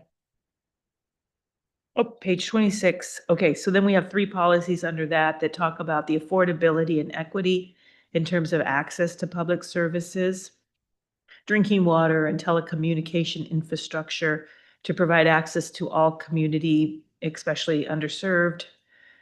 Policy 8.2, working with utility providers to ensure that their facilities support the environment, energy efficiency, aesthetics, technological innovation, cost effectiveness, and sustainability. 8.3 is the elevate the protection of natural areas when locating public facilities and utilities. Then we have goal 9, to employ asset management program for cities, capital facilities, and utilities. This is something that's near to my heart. So, you know, being able to identify deficiencies in our capital facilities based on the adopted level of service and facility life cycles, and determine the means and timing to correct these deficiencies. Maintaining, rehabilitating, or replacing our facilities and infrastructure as necessary to extend their useful life, ensure continued efficiency and conservation of energy and resources, and ensure that plans consider the best available life cycle cost of an improvement, including operation and maintenance costs, environmental, economic, and social impacts, and any replacement or closure costs. So you know, this is all about how we manage the assets that we have. And I think that I really want us to do a better job here. Comment? Mhm. So going back to CF 1.2, where Lee had said to change that to annually, I mean, that Mhm. really, you can't, if you don't do this annually, you won't get this information. Right. So I think that annual really is something that, Yeah, it's a once great, it's there, it has to be emphasized to the team that does this work, the scope of work. yeah, Because that won't happen. We that won't. is a really great observation. You're right. Yeah. Thank you for making that change. So then we are into our section about the utilities goals and policies. And there's a lot of these that are sort of, you know, redundant in terms of saying the same things that we said in the capital facility goals and policies, but just focus on the utilities. So in goal 1, we planned for the provision and development of utilities that are adequate to meet the needs of the city. We've got lots and lots of policies about requiring, I like 1.1, you know, large amounts of water. They have to demonstrate that their use will not increase the cost, degrade water quality, or system dependability to existing and future users. We have a policy that talks about providing efficient and adequate water supply to residents and businesses. 1.3, ensure that additional water rights needed to provide adequate water for growth is attained concurrent with or in advance of new development. That's an important one to me.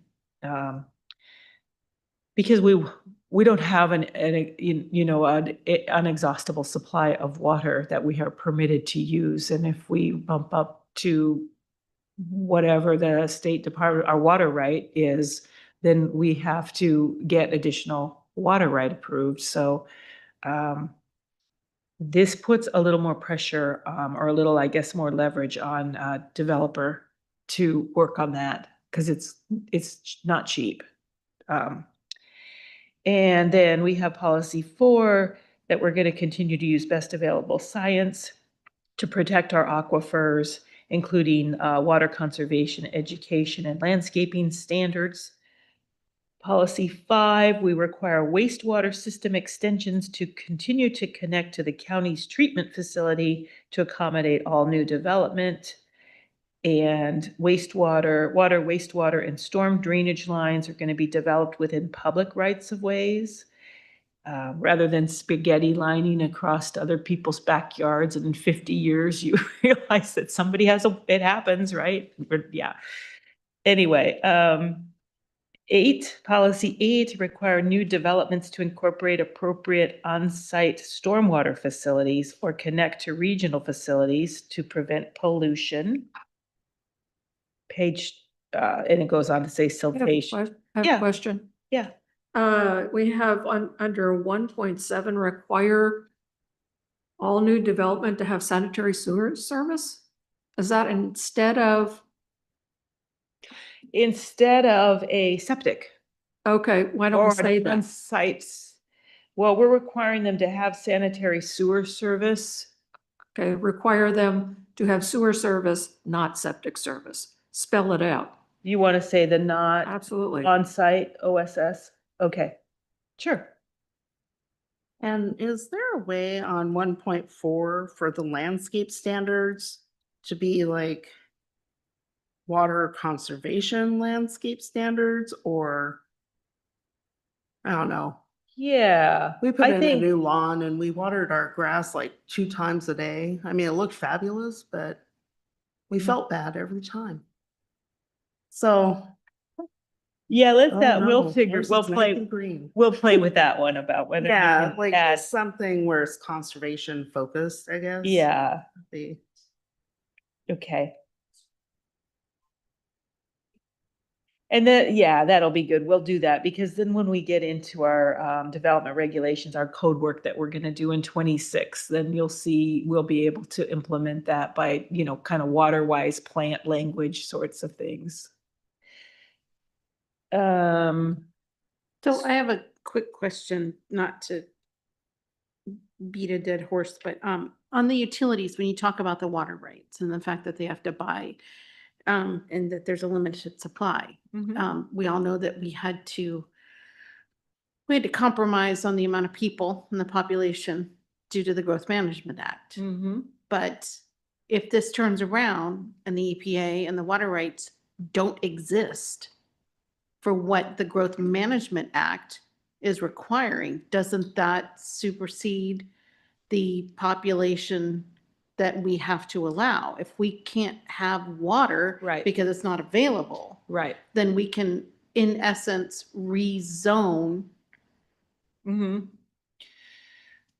I mean, Is that all going to come into play? Because before development, they're going to have, that's part of the pre-development, right? Is to make Yeah. sure. I think with the old Fort Lake, we will probably have enough water, but where we will definitely need, and we're doing our water system plan update, so we'll have a better idea when they start looking at the, the engineers start crunching the numbers, but we will definitely not have enough water right when the mine is reclaimed, and they call that the Sequalachie Village in the future.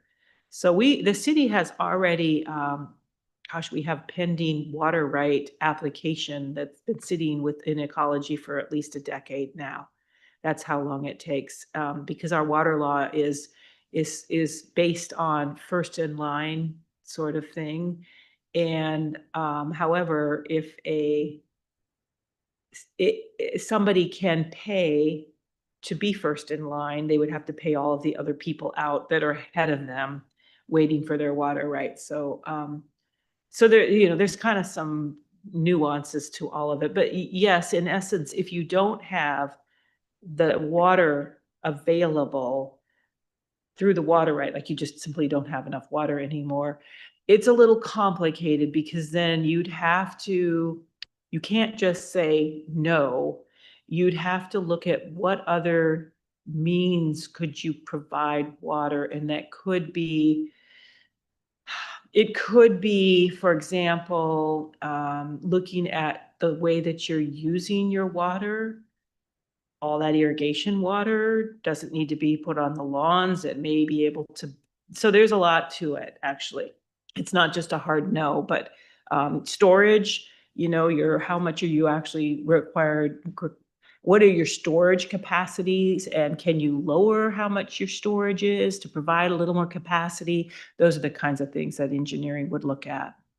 But those are all looked at before a development even breaks ground. Water availability, absolutely. A water availability certificate is analyzed in terms of what do we have available, how much do you need, and what do we have available? Okay. Yeah. And eventually, you're right, it's not a never-ending supply. So what happens then? I don't know exactly. It will be interesting. I mean, you remember Lacey approved all those subdivisions. They didn't have water. So Lacey and Yelm were tied up for a long, long time, where they were sued for approving these subdivisions and they didn't have enough water right. So it happens. We don't want that to happen. No. So are we on goal 2? Did we get through all goal 1 policies? I think we did. Well, maybe we didn't. We talk about 1.9. Oh, yes, 1.9 is to regularly assess, this is an important one to me too, the system development charges to ensure new or increased user demands, pays its fair share for the impacts to water and stormwater systems. We currently have fees that we charge for system development charges, and we need to make sure that we're regularly looking at those to make sure that we're collecting enough. And that's, of course, based on the cost, as costs rise, if we're collecting enough. We have policy 10 to promote conservation of energy, water, and other natural resources. That's sort of a redundant one, I think. 111 to continue to use and adopt our updated Washington ecology standards and best management practices. This is all relating to the stormwater runoff. 112, provide an adequate and cost-effective method of preventing property damage from local stormwater. And 13, encourage non-structural as well as structural solutions to stormwater control. So there you have your green infrastructure, gray infrastructure discussion there that you've got to look at both of them. Goal 2 in our utilities is to ensure that public utilities necessary to support new development are available and adequate as the concurrency statement here with the development based on the city's adopted level of service standards. And so you see policy 2.1 and 2.2, we're looking at coordinating with the utility providers that are others that to ensure that adopted level of service standards are maintained.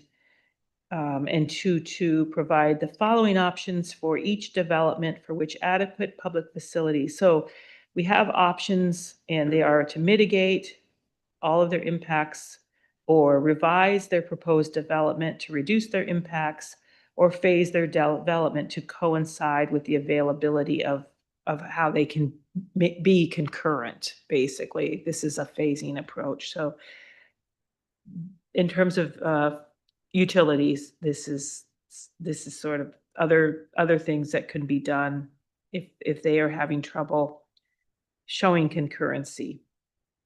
Goal 3, we ensure that needed public utilities and improvements will be provided in a manner that is proportional with the development of the city.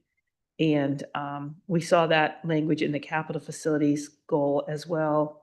So we're talking about policies that new development is allowed where it can be adequately served. There's that adequately served by public utilities without reducing the levels of service. We see policy 3.2, encourage additions to and improvements of utility facilities in conduit, shared corridors, and trenches to reduce cost, minimize amount of land allocated for this purpose, and minimize construction disturbance. Policy 3.3, minimize adverse environmental, aesthetic, and fiscal impacts associated with siting, development, and operation of utility services. 3.4, require any annexations to connect to the City of DuPont utilities. 3.5, design the size of new water utility systems to the anticipated future requirements of the area's land use. That's a good one, actually. 3.6, design new water systems to allow for their extension into potential future service areas. 3.7, we're coordinating with Pierce County to provide efficient and adequate sanitary sewage service to the residents. 3.8, we're ensuring that new development be designed so that peak stormwater discharge is no greater than the discharge was prior to the previous development.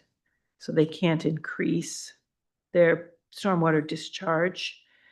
And 3.9, ensure that utilities are designed and constructed to meet anticipated land use intensity, projected population, and employment growth. There was a lot there, and I liked Chair Fo's suggestion about this is our first foray into this, and that it is going to make sense for you all to get time to really let it percolate and come back with suggestions. I would like to, can you bring, I have a document in the planning folder to put up about our schedule. I want to talk a little bit about next steps. There you go.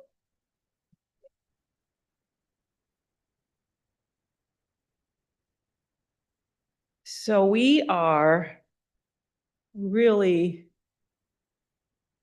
fast tracking this to make it to the end of the year. And what happened to my thing? It didn't work, did it? All right. It changed it. Well, can you make it really, really big?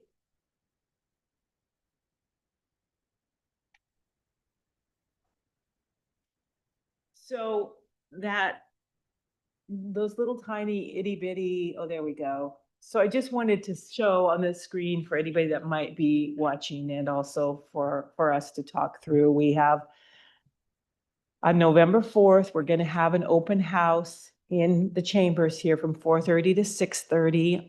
And it'll be just sort of an informal where we'll have boards and hopefully people can come in and we can talk to them about this work that we've been doing. And then on November 10th, we're gonna have a public hearing here at 6:30. November 10th is your regularly scheduled meeting date.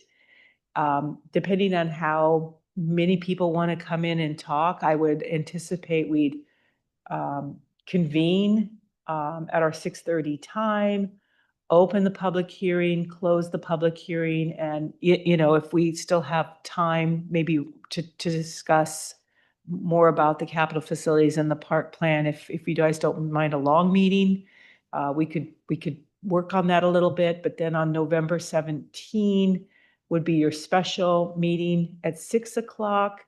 And that would be when we would really want to complete, hopefully, our deliberation and recommendation to the city council. If we need more time, then we'll have to discuss whether or not we want to schedule another special meeting to keep talking. Just depends, I think, on, I don't feel like we're doing anything that's particularly controversial. But we'll see after the public hearing what kind of input you get actually at maybe the open house, the public hearing, and based on your own reading. As we've worked through this, I think we've worked through a lot of edits that you all thought were important. And so hopefully you're feeling pretty comfortable with the work so far.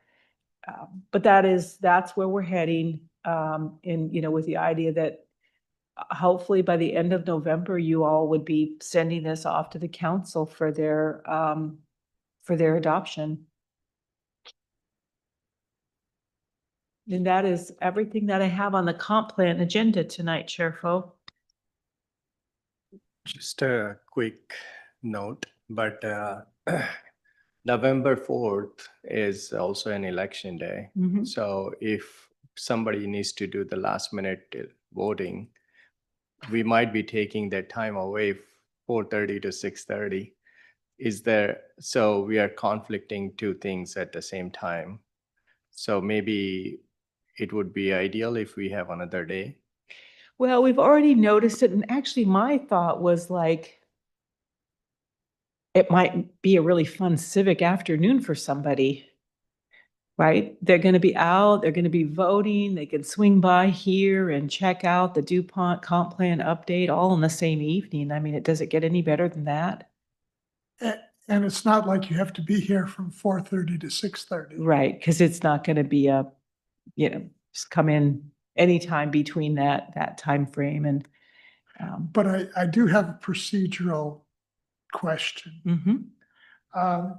On the 4th, if more than a quorum of us show up, We can't. we can't. And We I- can't. Or it needs to be published that we're here and no business is going to occur. That's all I'm. Yeah, Yes, yeah, we don't want to have a quorum showing up. right.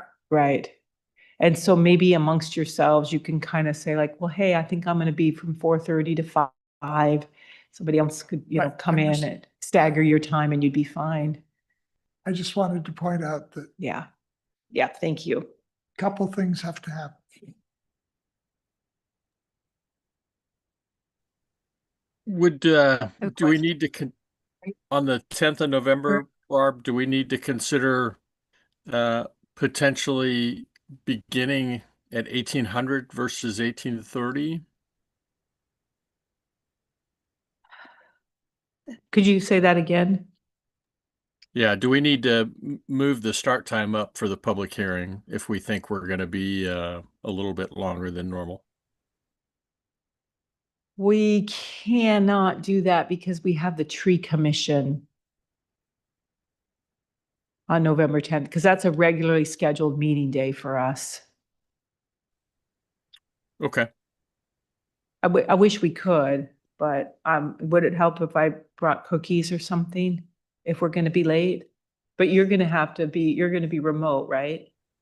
Correct. Yes, ma'am. Just got to suck it up. Yeah, no worries. It's all good.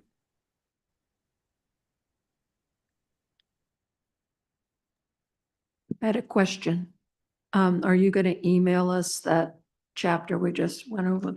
Yes, I will. I'm going to email that chapter, and I'm also going to, you'll see the revisions to the Parks and Rec chapter as well. Okay, thank you. And so then I'm actually glad you asked this question, because I had wanted to speak a little more about not just the schedule, but so you will get this chapter as you just read it tonight, and the Parks and Rec that we talked about with the amendments.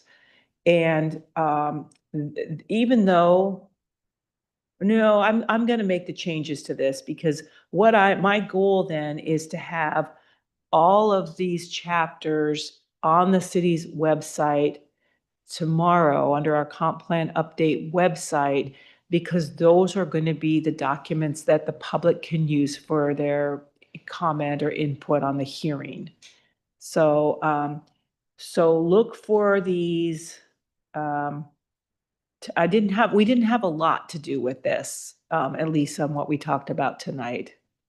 I know that we may want to do more, and that's fine, but I need to get us to a point where, because we have to notice this hearing within a, 10-day timeframe, I need to make sure that the documents that are the subject of the hearing are available for the public. So did that make sense? Or am I just starting to ramble? Okay, good.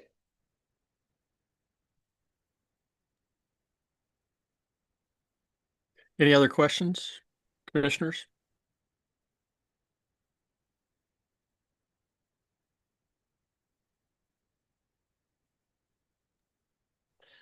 Okay, hearing none, ma'am. Thank you very much. That was very informative. Well, thank you all. You guys are just amazing. All right, going back to the agenda, looking at public comments. Zach, is there any change in the status of people online and in chambers? Nope, no one online or in chambers. Bless you, sir. Thank you very much. And one last chance, commissioners, for alibis.